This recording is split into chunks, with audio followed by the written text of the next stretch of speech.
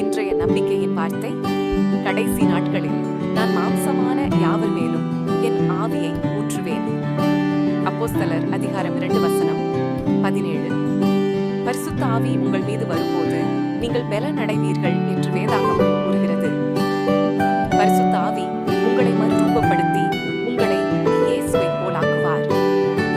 உங்கள் வாழ்க்கையின் ஒவ்வொரு சூழ்நிலையிலும் அவர் ஒரு நல்ல ஆலோசகராக உங்களை வழிநடத்துவார். சாத்தானுக்கு எதிராக கர்த்தர் கொடுத்த அதிகாரத்தை பயன்படுத்த நீங்கள் திட மனதோடும் தைரியமாகவும் மாறுவீர்கள். நீங்கள் தீமைக்கு பயப்பட மாட்டீர்கள், மேலும் நீங்கள் உலகத்தை வென்று ஜெயிக்க முடியும். நீங்கள் எங்கு சென்றாலும் இயேசுவுக்கு சாட்சியாக இருக்க பரிசுத்த ஆவியினால் நிரப்பப்படுங்கள். ஜெபம். கர்த்தராகிய இயேசுவே, என்னை பரிசுத்த ஆவியால் நிரப்பி உலகத்தை ஜெயிக்க எனக்கு கிருபை தாரும். ஆமென்.